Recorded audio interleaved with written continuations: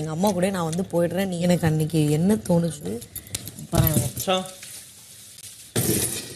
பேபின்னா வாய்க்கெல்லாம் உடச்சணும். நண்பர்கள் அனைவருக்கும் வணக்கம். ஆக்சுவலாக இப்போ லைவ்ல நிறைய விஷயங்கள் நடந்துட்டு இருக்கு. அதை பற்றி தான் இந்த வீடியோவில் நம்ம டீட்டெயிலாக பார்க்க போகிறோம். அதுக்கு முன்னாடி இந்த வீடியோக்கு ஒரு லைக்கை போடுங்க. ரெக்வஸ்ட்டாக தான் இந்த விஷயத்தை கேட்குறேன். நீங்கள் லைக் போட்டிங்கன்னா இந்த வீடியோ புஷ் ஆகிறதுக்கு ஹெல்ப்ஃபுல்லாக இருக்கும். ஸோ தயவு செஞ்சு லைக் போடாமல் இருக்கவங்க ஒரு லைக்கை போட்டு கண்டினியூ பண்ணுங்க. இன்னும் நம்ம சேனலை சப்ஸ்கிரைப் பண்ணாமல் இருக்கீங்கன்னா சப்ஸ்கிரைப் பண்ணி வச்சுக்கோங்க. இன்னைக்கு காலையில் லைவ்ல வந்து முழுக்க விஜே பார்வதி கமருதீனை தான் காட்டுறாங்க. இவங்க ரெண்டு பேர் சேர்ந்து முதல்ல எக்ஸசைஸ் பண்ணிட்டு இருந்தாங்க. அப்படி எக்ஸசைஸ் பண்ணிட்டு இருக்கும் போது பார்வதி என்ன சொல்றாங்கன்னா, என் அம்மா வர போறாங்க, என் அம்மா கிட்ட எல்லா விஷயத்தையும் டீட்டெயிலா பேசலான்ற மாதிரிலாம் சொல்றாங்க. கமருதீனுக்கு லைட்டா கொஞ்சம் பயம் வர ஆரம்பிச்சிருச்சு. ஐயோ 24 மணி நேரம் இருக்க போறாங்களே, 24 மணி நேரத்துல என்னென்ன பேசுவாங்க, அதெல்லாம் வந்து நம்ம எப்படி ஹேண்டில் பண்ண போறோம்ன்ற மாதிரி லைட்டா இவனுக்கு கொஞ்சம் பயம் இருக்கு. இவன் வெளிப்படையாவே அந்த விஷயத்த சொல்லிடுறான்.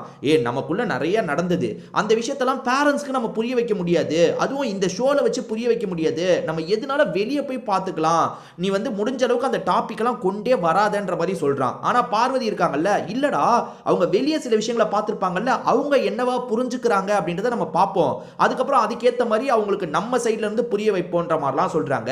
அப்படியே டாபிக் கொஞ்சம் கொஞ்சமா மாற ஆரம்பிக்குது. கமருதீன் ப்ரோமோல கேட்டான் பாத்தீங்களா, அந்த கேள்வியெல்லாம் கேட்க ஆரம்பிக்கிறான். அது என்னன்னா, திவாகர் கிட்ட நீ என்னை பற்றி தப்பா சொல்லிட்ட, அப்பயே என்னோட பேரை நீ டோட்டலாக காலி பண்ணிட்ட, நார் அடிச்சிட்ட, அதுக்கப்புறம் அரோரா தான் எனக்கு வந்து அதுலேருந்து என்னை வெளியவே வர வச்சா அப்படின்ற மாதிரிலாம் இவன் சொல்லிட்டு இருக்கான். அந்த இடத்துல கானா வினோத்தா அமித்லாம் இருந்தாங்க. ஒரு ஸ்டேஜில் இவங்களை சமாதானப்படுத்திட்டாங்க. அந்த பேட் டச் இஷ்யூலாம் இருக்குல்ல, ஏன்னா வந்து திவாகர் கிட்டே இவங்க பேட் டச் பண்ணான்ற மாதிரி சொல்லியிருப்பாங்க. அதில் தான் என்னோட பேரே வந்து ரொம்ப நாசமாயிருச்சு, அப்போ எனக்கு அரோரா சப்போர்ட்டிவாக இருந்தா அதுலேருந்து என்னை வெளியே வர வச்சான்ற மாதிரி இவன் சொல்கிறான். அதுக்கு பார்வதி ஐயோ என்ன இவன் அரோராவை புகழ்ற மாதிரி பேசுறானேன்ற மாதிரி கொஞ்சம் கோவப்பட்டாங்க. அதெல்லாம் நடந்தது. அந்த சண்டைலாம் நடக்கும் போது அமித்தும் சரி கானா வினோத்தும் சரி, அவங்களுக்கு என்ன போய் சேர்ந்ததுன்னே தெரியாது, நீங்க தேவையில்லாம அதெல்லாம் உளறி வைக்காதீங்க, பேரண்ட்ஸ் என்ன சொல்றாங்களோ அதுக்கேற்ற மாதிரி பதில் சொல்லி முதல்ல இங்க விஷயத்தை முடிச்சிருங்க, வெளியே போய் எதுனாலும் பேசிக்கோங்கன்ற மாதிரி சூப்பரா சமாதானம் பத்திட்டாங்க. அதுக்கப்புறம் ரெண்டு பேருமே சேர்ந்த மாதிரி சாப்பிட்டுட்டு இருக்காங்க.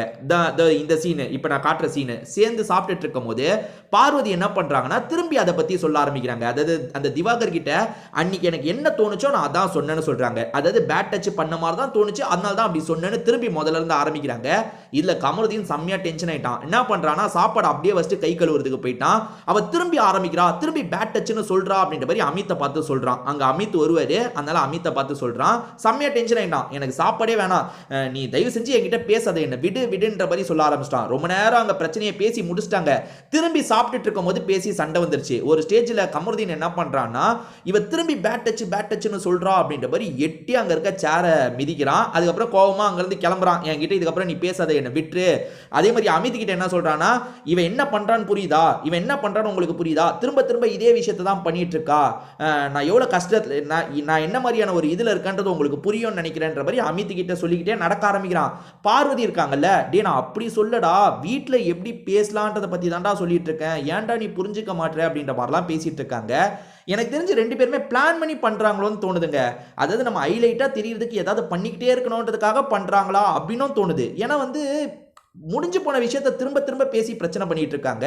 அப்படி பேசும்போது பார்வதி இருக்காங்கல்ல, பேபி நான் சொல்றதை கேளு பேபி அப்படின்ற மாதிரிலாம் சொல்றாங்க. அப்படி சொல்றதை இவங்க இப்படி சொல்றதை பார்த்தோன்னா அவன் இருக்கான்ல, இதுக்கப்புறம் பேபின்னு கூப்பிட்ட பள்ளிகளெல்லாம் உடைச்சிருவேன் அப்படின்ற மாதிரி சொல்லிட்டான்.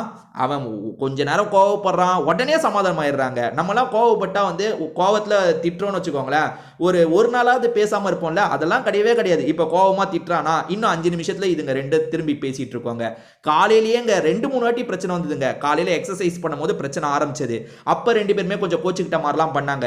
அதுக்கப்புறம் கானா வினோத்தா அமித் சேர்ந்த மாதிரி பேசி ஓரளவுக்கு சொல்யூஷனுக்கு வந்தது. இப்ப திரும்பி சாப்பிட்டுட்டு இருக்கும் போது இவங்க ரெண்டு பேருக்குள்ள சண்டை. சரி இப்பயாவது சண்டை போட்டுட்டாங்களான்னு பாத்தீங்கன்னா அதுதான் கிடையாது. ஒரு 5 நிமிஷம் சமாதானம் ஆயிடுவாங்க. ஏன்னா வந்து அவன் நடந்து போயிட்டு இருக்கும் போதே நில்றா நான் சொல்றதை கேள்டான்ற மாதிரி பார்வதி சமாதானப்படுத்த ஆரம்பிச்சிட்டாங்க.